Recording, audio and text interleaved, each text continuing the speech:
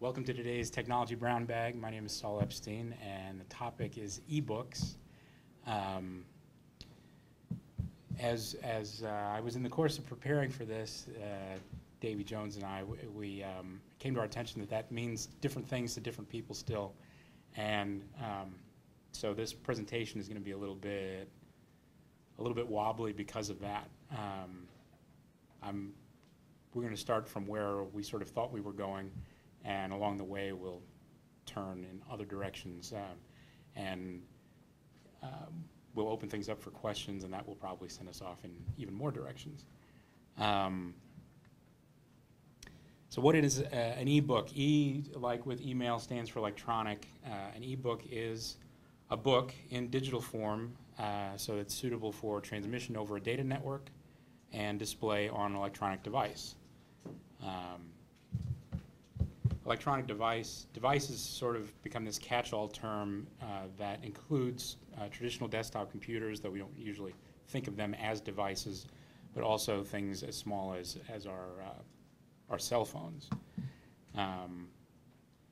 There's a similar definition that covers things like e-zines, so they're electronic periodicals and so on. And with traditional text, the only thing you really have to worry about when you're approaching it is whether it's written in a language that you can read. As long as it's a language you can read, you can pick up any book and just go to it. That's not true with ebooks. Like other kinds of digital media, the important thing before you get to that step is the format of the data, so that the tools that you're using to get at it can display it to you.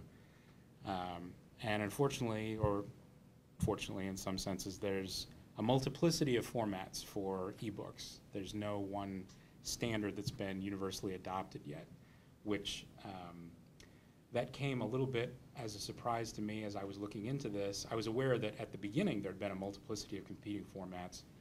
I had sort of developed this vague impression that that had kind of been dealt with, that things had shaken out, and if there wasn't one format, the few that were mostly in use were all mostly intercompatible to such a high degree that it almost didn't matter anymore.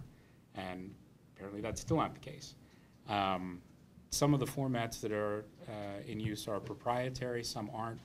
Most of them are variations on HTML, which is the same format that underlies most web pages.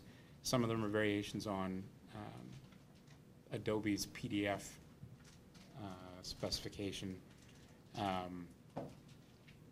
Because so many of the formats are based on one or the other of those, that's helping them converge a little bit, and I expect eventually they will be pretty much all interoperable, but we're not there yet. So display of an ebook requires software that's capable of reading the format of the book in question. And just as there are many, many different formats, there are also many different kinds of software to do with it.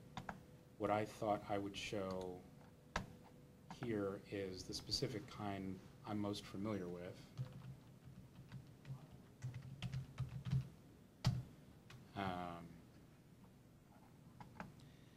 We have a note from Amazon. Dear customers, well, I'll get to that later. So the software can run on, as I said, a traditional computer that's included under the umbrella of device. It can run on a tablet or a smart device that's running Google's Android system or Apple's iOS, so an iPad, an iPod, an iPhone. Or they can run on a dedicated device called an e-reader. So that's something that you read e-books with. And there are two of those dedicated devices that have kind of taken over to a large degree. One is from Amazon, and it's called, the line is called a Kindle, and the other comes from Barnes & Noble, and theirs are called the Nook. Now I was a skeptic as far as ebooks for a long time. So I don't have a dedicated device.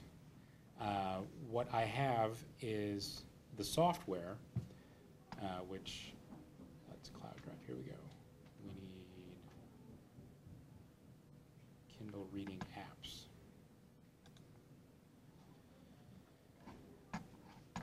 Most of the ebook reading software that there is in the world is free. The idea being that if the books that you're getting are coming from someone who's selling them to you, that they're going to make their money by selling the books, so they want the door to be as wide open as possible for you to get into the store and buy the books. Amazon's a good example. These are all of the different hardware platforms or operating system platforms that you can get software to run, to look at their books with. So I'm going to grab the Windows PC version. Right.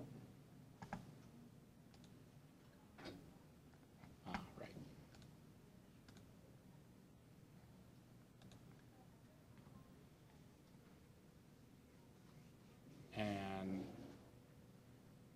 the key with software from Amazon or Barnes & Noble is that it's can be anyway tied to an account that you establish with both providers.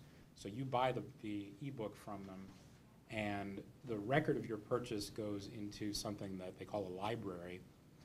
And then anywhere that you install the right software, you can have access to the library and open the book up right where you left off, which is a big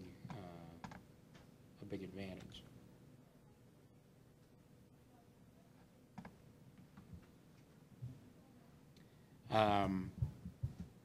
Now there's an increasing overlap between the dedicated devices, the e-readers, and other devices that you might use to read an ebook. And that's partly because more and more of the dedicated devices are built on Google's Android operating system. So you may get a Nook from Barnes & Noble, and it may not look anything like an Android device, but underneath most of the Nooks, that's what's there. They've put layers on it to focus you on just reading the books, just getting to the library, buying books from them, putting them in your library, reading the books. Although some versions of the Nook now are opened up a little bit to let you do more things with them as a way to make the device more worth paying for.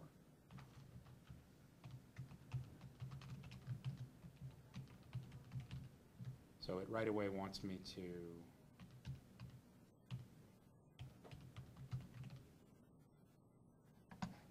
get signed in.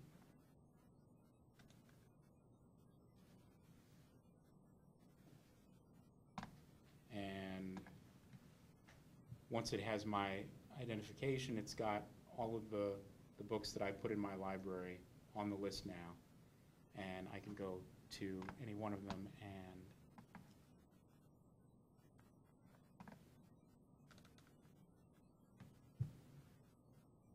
open it up. So it's giving me all kinds of help now, which is kind of in my way at the moment. Maybe that'll go away eventually. So this is basically what an ebook looks like once you get into it. There are controls for moving between the pages eventually, yes?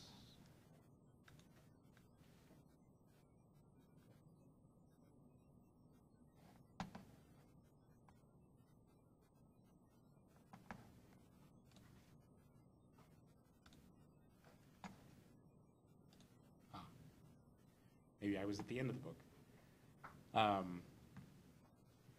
That is one sort of subtle but really quite radical difference between ebooks in most cases and printed books. Printed books just sort of naturally have pages, and ebooks naturally don't. There have been a number of different attempts to work out ways to simulate pages or have analogs to pages. So far that's still an unsettled business, and part of the reason is that, I mean, this text looks pretty easy to read, but it's up on a projector, and this is comfortable size for me looking at my screen, but suppose this wasn't large enough to be comfortable for me. Unlike a printed book, I get to decide how big the type is within a certain range. So if I need it bigger, I just increase the size. Now, you'll notice, though, that as I did that, because the words take up more space, they start pushing off the bottom of what looks like a page. So this works a little bit like changing the font on a document in a word processor. As you do the same thing, the document gets longer, which students, of course, know if they're running a little short or long. So that means that the apparent page is just for your convenience. So you're not looking at all of the text all at once. That would be impossible. And rather than just kind of scrolling continuously the way you do with a web page, it's doing virtual pagination as you go. And it will redo it if you change the size of the type. You can also change the words per line if you'd rather scan across a wider line. So that, again, is bringing more of the words back onto this page that got pushed off by the type getting larger. Of course, most people prefer that the lines not get too long because our eyes get tired of going back and forth so much, and we're more likely to lose our places. Also, if you'd rather have off-white paper, the difference is a little hard to see on the projector. And I usually don't go with the sepia because while having off-white for the background may be easier on the eyes, it's also turning the text a lighter color, which I find harder to read. And if for whatever reason you prefer the really difficult, you can always go for that. The brightness is adjustable too, which again probably won't be as obvious on it. Well, no, you can see as it gets darker, the background gets closer to gray. I find that really useful when I'm in different light conditions and reading on my phone, because in different light conditions I need a lot more of the backlight on, and sometimes I need a lot less. Turning it down, of course, on a battery-driven device saves power, but depending on the light conditions, you can't turn it down too far, you can't read it. Does that save your preferences for that entire book then? If you set it at the beginning of the book, so every time you open it up, assuming you don't change any of those settings, it'll stay that way? It actually saves the settings to the installation of the software. So any book that I opened here would have type this size and lines this long, and so on, which actually winds up being more convenient than doing it per book. I could imagine, I haven't noticed between books, I don't think there's a type size, for instance, that's embedded in the book itself, which is another drawback to the way ebooks mostly are made, is that anyone wanting to do something artistic with the type, with the layout, faces extra challenges in getting that across.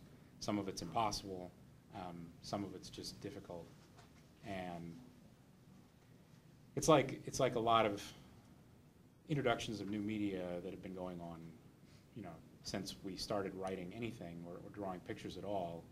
The new ones come along and there are things that the old ones can't do, which means that there'll always be a place for old media because there'll always be things that we want to do with them that we can't do with the new ones. Which goes back to, like I said, I was a skeptic about ebooks when they first came out.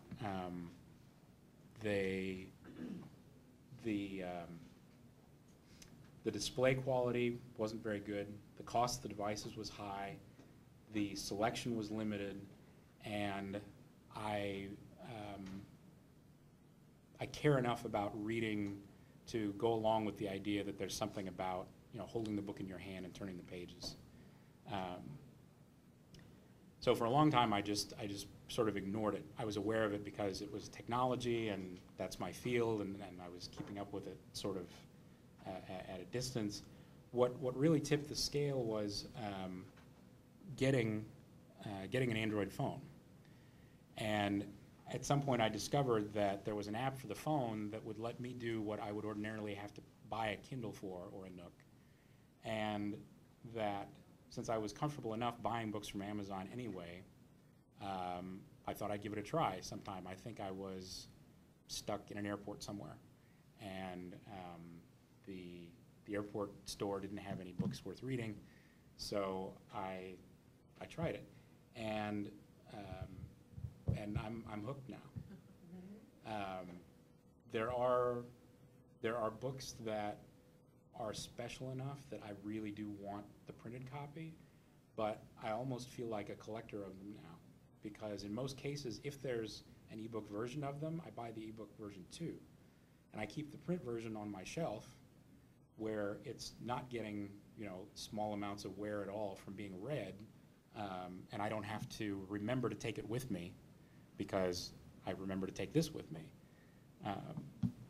So, and having done it enough now, I don't even think about it. I suspect that, at least in my case, I'm not really aware when I'm holding a paper book of turning the pages. There's maybe an initial, I'm sitting down, curled up by the fire with, you know, the soft classical music in the background and something, you know, a hot beverage or whatever. But before too long, I'm into the book. I'm not aware of what I'm doing. And the same is true now. It's just a different gesture. And it's a lot more often. There's fewer words per page the way I read it, but I'm not. To ask, and you're just as comfortable reading it on a little bitty phone as you would be on paper or even a tablet? Yeah. And I wouldn't have believed it before I did it. I mean, I thought, okay, I'm doing this because it's convenient and I'm curious about it, and I'll see. Actually, the first one I did, it was a book that I wasn't even sure I wanted to read. That was how sort of at a distance from it that I was. And it was going to be a lot cheaper. It was a collection of actually 4 books in a series. And it was a lot cheaper to get the electronic version of that 4 books. And I knew that if I decided I didn't like them, I'd have nothing to feel bad about when I was done, because I'd just delete the file, you know. Whereas if I'd paid the money for the book, then I have the book. I have to find somebody to give them to. I have to take them to a used bookstore or something. Or they sit around my house taking up space forever. But yeah, having done that, really once was all it took. The books were good enough before that I bought that I wound up reading all of them, but it may partly be that they weren't really that good, but I had them. They were, you know, always, anytime I had spare time, I could just take it out and read a few more pages. So about the devices, this you can see is what it looks like roughly on a computer screen. It looks about the same on my phone, and Davey's been looking at some, and maybe others in the room. If you're curious and want to look at it, I can pass it around. What we have here today, I think, are all traditional electronic displays, which are something called emissive, which is not a term that gets used a lot, but basically that just means that you can see it because it's emitting light, which is where the power is coming from and going to it's a light with something drawn on it to make the appearance of letters. There's another kind of display that's available for ebooks in the dedicated devices, and that's called a reflective display. It's done with something called e-ink. We like the E prefix. Which is funny because electronic is kind of an awkward word to say over and over again, but putting an E in front of things doesn't really make the term any less awkward. I mean, email's gotten sort of okay, but every time I say e-book, I feel a little silly. And e-ink is really bad. But what it is it's a surface that's got, instead of pixels that light up different colors, what it has is pixels that get set by an electric charge to be either on or off. It's, again, digital. And if they're on, it's flipped to black, and if it's off, it's left white. And what that means is every time you change the page, electricity is being used to set all the pixels on the page, but as soon as it's done setting them, it stops. So there isn't any power drawn just to keep the page present, and so that's an advantage. Reflective displays take a lot less power. The other advantage is if you're outside on a really bright day, you can actually read it better than you can in dim light because it's reflective. It's reflecting all of the sunlight or whatever other light is going around. It works exactly like a piece of paper, which was the idea. So it's also more comfortable on the eyes to read for long periods of time because it's not actually shining at you. It's just reflecting ambient light. No reading in a dark room, though.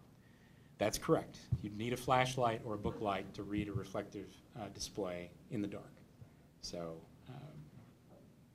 in the dark, you'd lose the advantage of saving power one way or the other, whereas, yeah, these displays you can read in the dark. Though you'd have to have the brightness up quite high, and that would eat at the battery.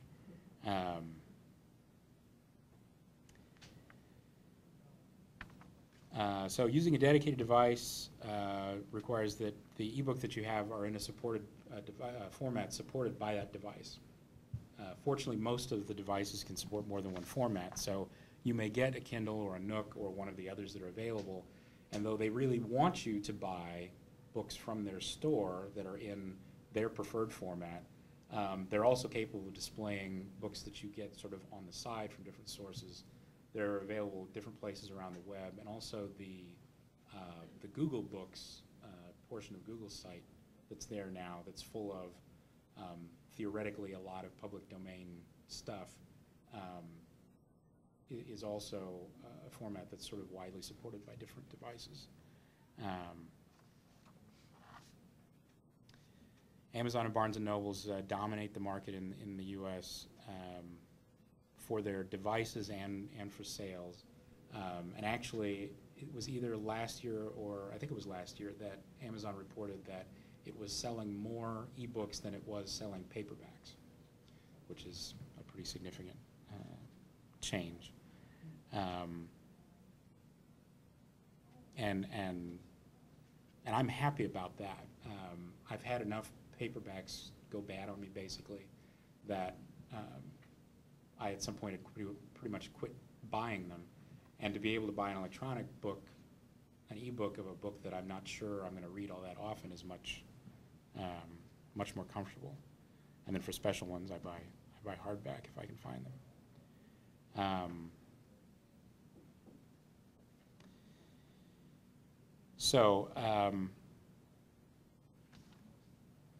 That's general information about the state of ebooks as we understood them.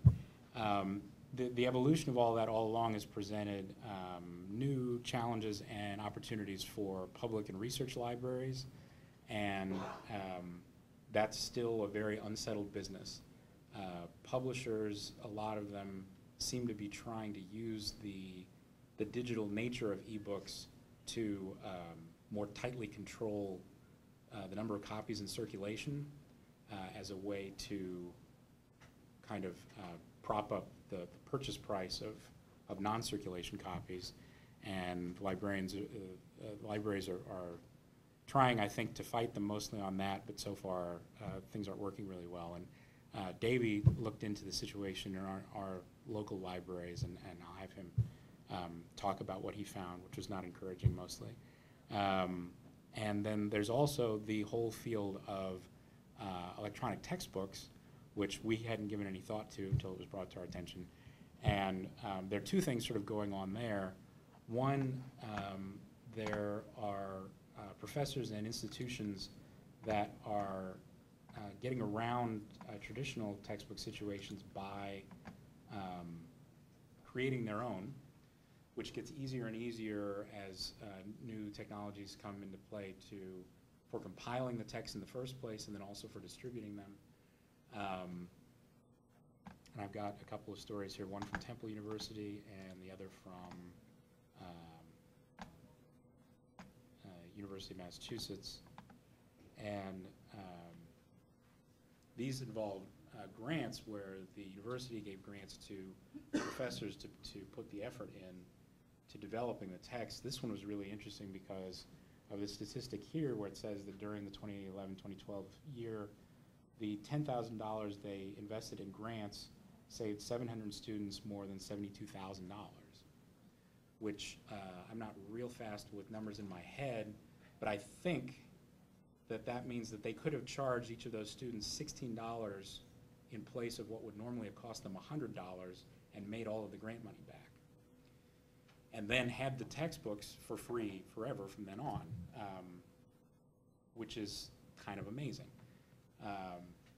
So that's going on, and then the traditional textbook publishers also have gone into sort of the electronic field, but as I always have the impression that the textbook publishers partly exist in kind of parallel universes, I mean from each other and also from everything else, and so I'm a little confused still at this point how much ebook and e-pack and those sorts of things are the same or different, and we have Justin Foley from the bookstore to talk to us some about that. So I'll let Davey talk about what he found at the library and then turn it over to Justin.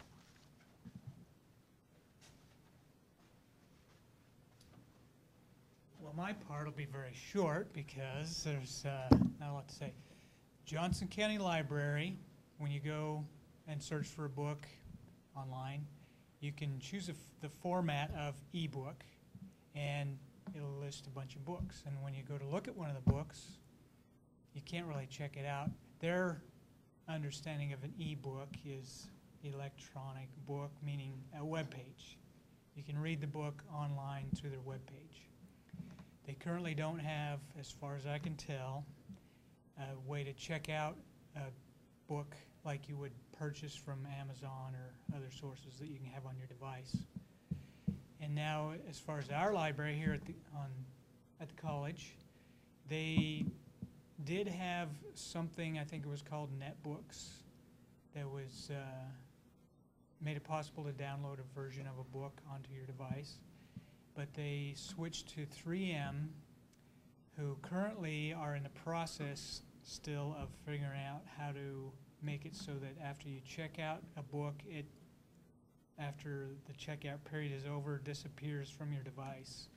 And they haven't worked out that whole business quite yet, so it's still in the future yet. But supposedly, not too far in the future, it'll be possible to check out books and have them on your device for a short period of time.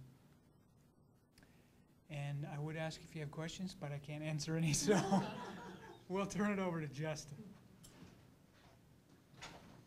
I brought props. Hope that's all right with you.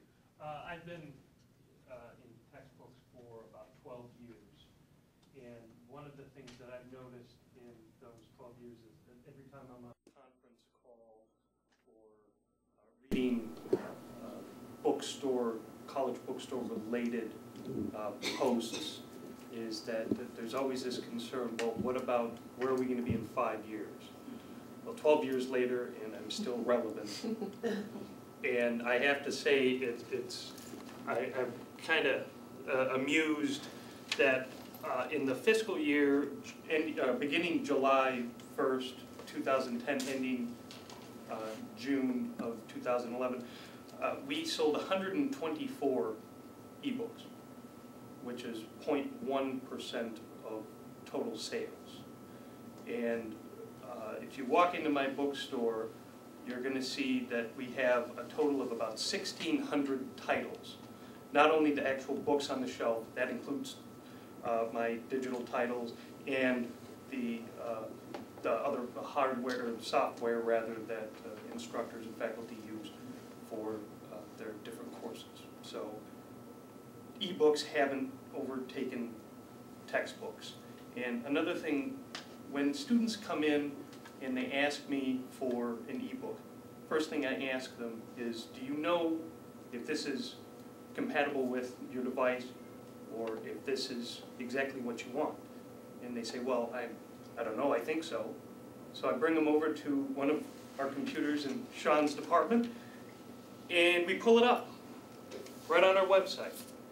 All you do is you go to the department course number and section, shows you what your required and optional materials are. For ebooks, there's a little button that you can click to see the requirements. For example, you have 3 options for this book. You can purchase it used for $85. You can purchase it new for $148. Or you can buy the ebook for $62. Now, if you want the ebook for $62, you'll save about $23 off of the used price, but you're paying $12 more than renting it.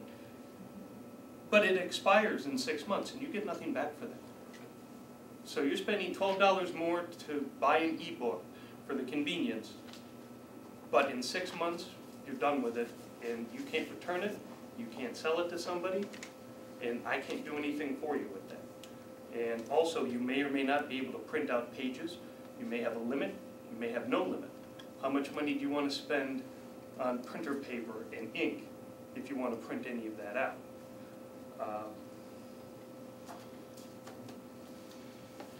I still think that the best value for students with at least a lot of the ebooks that I see is to purchase the book. Because when you get an ebook and it does expire in 6 months, unless this is something that you're really going to go into, maybe in the medical field especially, if a digital title is going to stay with you and not expire, you do have to realize that you may only be able to download the digital title to one device. And once you get rid of that device, there goes your digital titles that you paid for. This book, you can buy it used for $100. You can buy the ebook for $104. What's the better deal there? You know, and it also depends on the user. I don't have an ebook.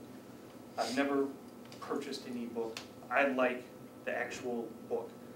I like reading my newspaper, and although I can appreciate being able to have the devices portable with you, I like opening the pages, flipping the pages rather than scrolling down. You know, and that's just a personal preference as far as I'm concerned. Does anyone have any questions? I'm not sure what all I can provide you, what information you'd like to know. So if anyone has any questions, I can. I'm curious, so those books that are textbooks only last 6 months, but a book sold that you would get would last forever, right? I wonder why the publishers make that distinction between a text, is that a publisher's decision to make that distinction of only letting you keep that for 6 months? I would say that, you know, everybody has different goals. Instructors obviously want to provide the best materials for their students. The bookstore likes to provide options and so forth and provide service. Publishers are interested in selling as many new books as they can every semester because the used book market, publishers make no money on it. Rentals, after the initial purchase of that rental book, they don't make any money on it until the rental period is over. So a lot of the access codes, a lot of ebooks and so forth are designed to expire, so you know, the publishers obviously have something else to sell the next semester to the new crop students.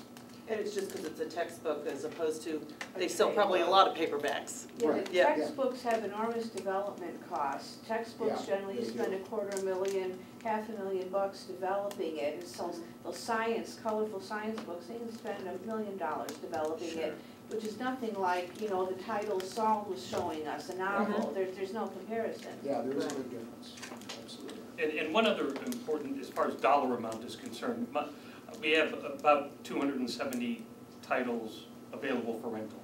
Our average rental price is $42.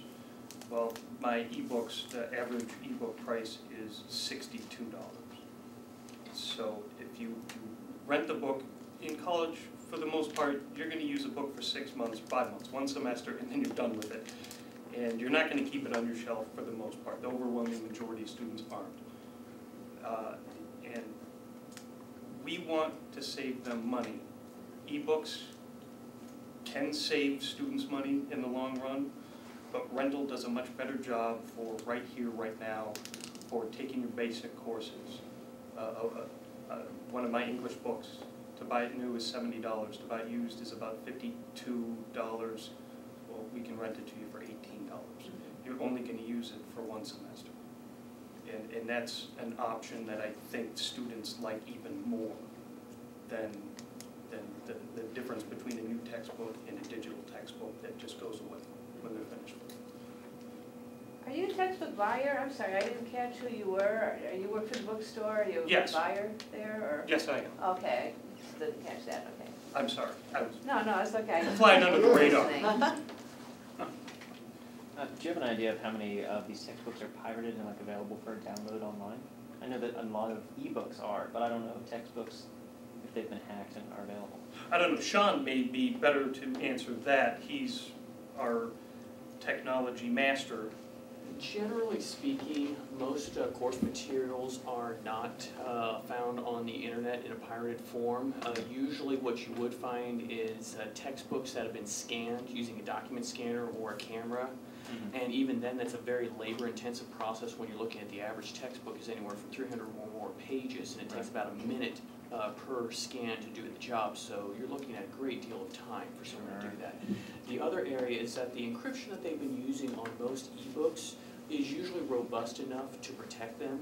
Now, it is possible to break it, but as of right now, it typically usually isn't, the market isn't big enough to make it worth it for the people who do this kind of stuff to get involved at this point. Now, in the future, anything goes. Great, thank you. You know, and I do, if I can jump on the back of that, occasionally, if I have a difficult time trying to find a book, I'll just go up to the Google search bar and type in the ISBN number or Google the author title. And I do come across occasionally a free version of it online. Sometimes it's the whole thing and you can just sit there and scroll right there. You click on the link, you can scroll down through the whole book.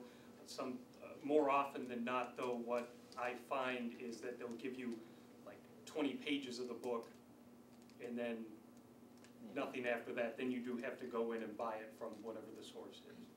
But occasionally you find an entire book online. Do these address a lot of access issues in terms of disabilities? Do the e-versions help address some of the access issues? I believe, but I think that's more on the technological side on the device. You know, what we saw up here, how you could change the font and the format of it. When I work in access services, and digital books has been a lifesaver for our department as far as money. We used to have to do what Sean said, cut the binding off every book, scan every page, convert it twice to get it to be a digital book. And now there's a great, the National Service, the Learning Ally Service has tons of books. They're able to do it really fairly quickly for students. And then even the publishers have done access text. Is there like a text-to-voice option? That's an area of copyright.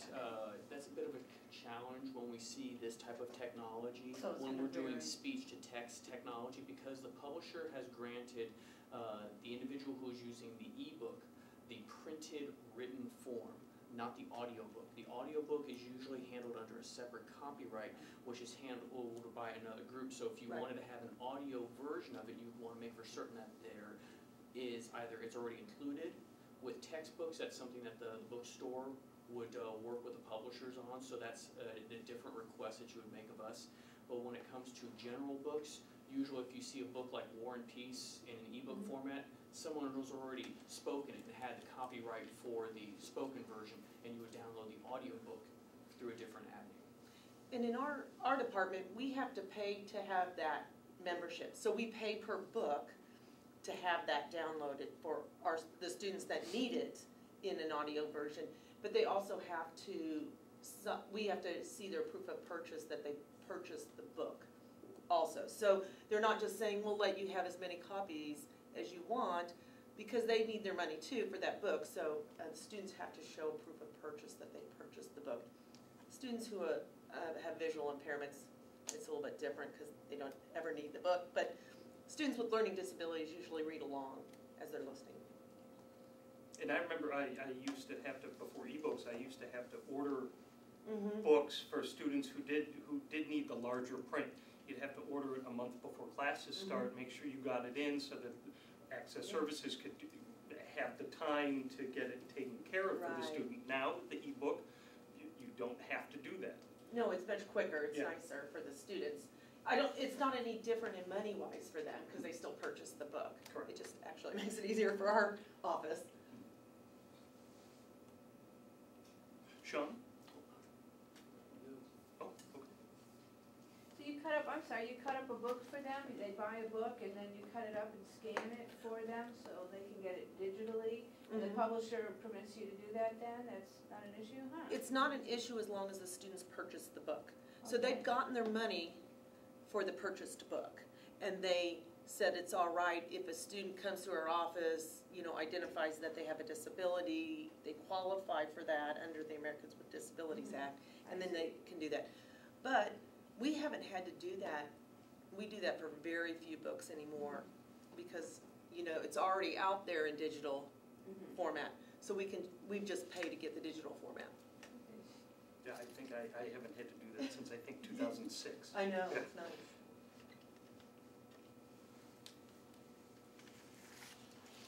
Any other questions?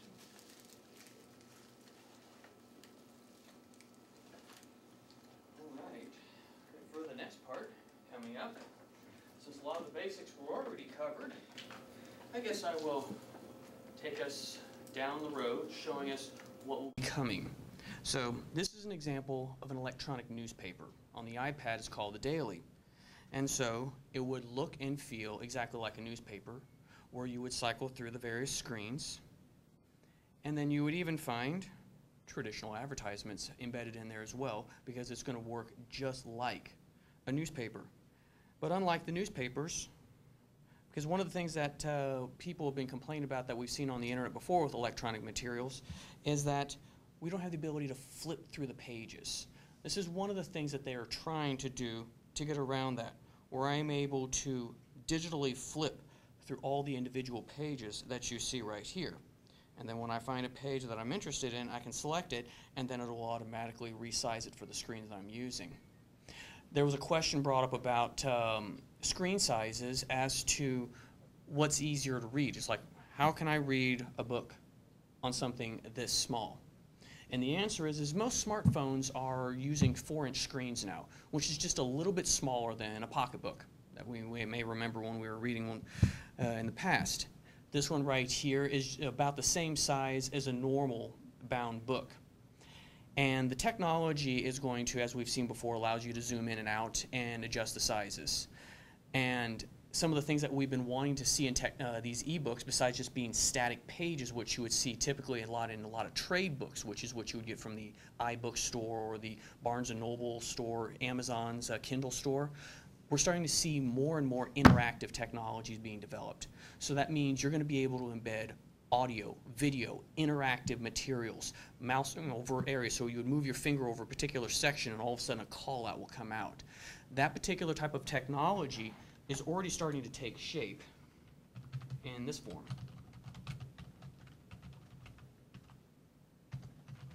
Let me see if I remember the address correctly.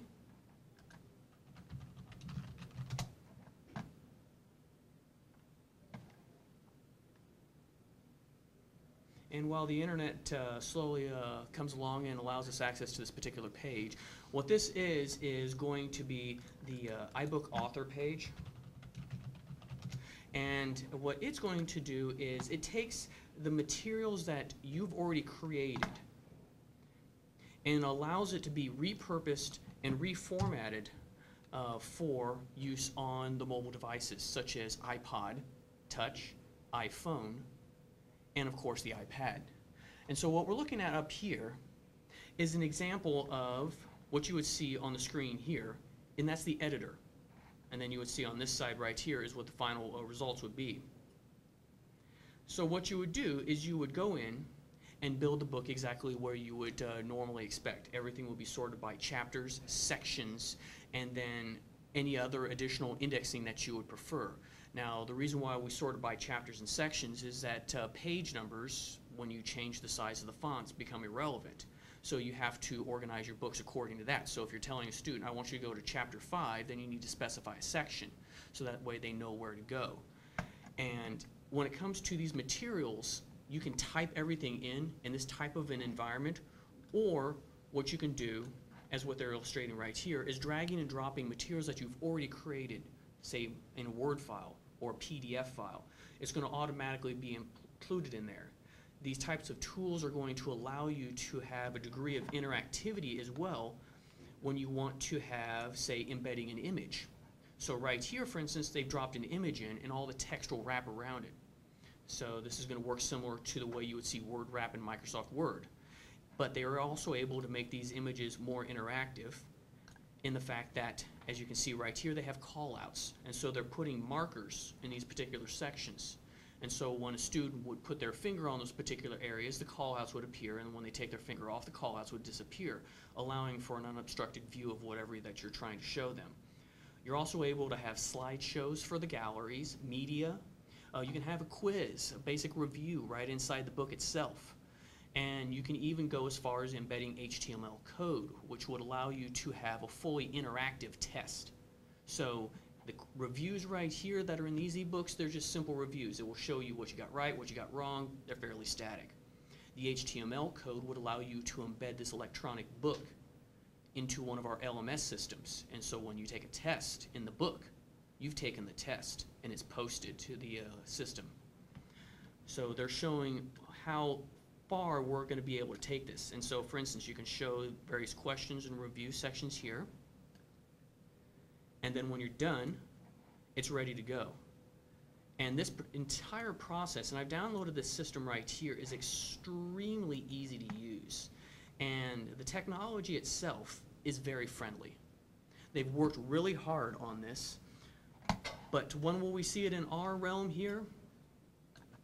Not anytime soon. And the reason why is that right now this is a new technology and they're focusing on an area where the books themselves are going to be fairly static, such as the K through 12 market. You would have, in some cases, like certain states would agree upon, they're using this book for the math, this book for the science, so on and so forth, and they're going to be using that for 5 years. They were able to work with the publishers to negotiate a rate that the publisher is not losing out on their money. Typically, a publisher would sell a book once to the school district for a 5-year period, which would be $75 for an example for a book. And then they would be out for the rest of the time frame. With the electronic books, what they're trying to do is they're trying to say, instead we'll make the book $15 maximum price. But over the same 5-year period, you recoup the same amount of dollars that you would have sold, but because Apple only takes 30% of the profit, the publishers regain 70%, so they're much more willing to work with these systems. And as a result, we've seen more and more publishers getting on board. As you can see, we got 3 of the big 4 already on this particular technology. But I wouldn't worry about anyone having to worry about their customers being, and students being restricted to these, the iPads. Why? Because Amazon's doing the same thing. Barnes & Noble's in there as well. So the books themselves are going to be available through multiple technologies. Apple just happened to strike first, but everyone else is going to be on board. So the idea is that we can take a predefined book from these publishers, embed our own material, repurpose the material. If you don't want chapter 5 in there, take it out. It's gone. If you want to switch the chapters around, you can do that as well. If you have some notes that you want to put in there, drop them in. You'll have the ability to do that as well. This is the type of technology that we're going to see coming down the road. But they're also going to make for certain that the students will not be, who still want to have that physical book, they will not be left out as well. That particular type of material can, upon request, be printed and stocked in the bookstore. So we'll still be able to sell it as well. But it would be a custom publication. And if any of you have worked with a bookstore in the past on custom pubs, it's the same process. So it's fairly straightforward. And if you have any questions on that one, you'd want to get with Justin. But otherwise, the technology that we're going to see here is going to allow for interactive books, video, audio, everything else in there. And also what they're trying to do is, if you go out onto the iBooks store now, through the Apple iTunes store, you can download the first few chapters of a variety of their ebooks that they already have available. and experience the new process yourself. It would require an iPad, an iPod Touch, or an iPhone to read these materials, but they are certainly coming down the road. The good news is that the K through 12 market is going to do a lot of the R&D for us. So by the time it gets to us, it'll be a very refined technology. Right now, which is similar, but it's not on an iPad and you can use on any platform. Sure. And it's interactive. It's just like this, but it's not constricted to the iOS. Sure, So Yeah, that's why I know, because the iAuthor, the Apple's actually not the first that has come out with this sort of thing, but they're the first to make it more easier for individual people who want to do this. So, but yeah, you're stuck with their platform, that's And I expect that there will probably be some interesting things down the road to come when it comes to school districts and university groups working together to make for certain that anything that's created on various areas will be fully portable across the entire spectrum. Because we haven't all consolidated on one computer company, nor would I expect to see that happen anytime soon, so we need to make for certain that whatever format that we make available is going to be available in everything. And that's the reason why we're still seeing the heavy use of LMS systems. And for instance, in a math program, we have the My Math Lab. You would buy the book, but it's the access code, and on the website you would have the rich interactive multimedia experience that they're doing. So we're still seeing some areas where the industry is trying to find their way. So I would expect to think that within 5 years we'll probably have a much better feel as to exactly where we'll be heading with ebooks. But even 10 years from now, you're still going to find the textbooks for sale in the bookstore, because the physical books are not going away anytime soon. They're always going to be out there for the foreseeable future. Any other questions?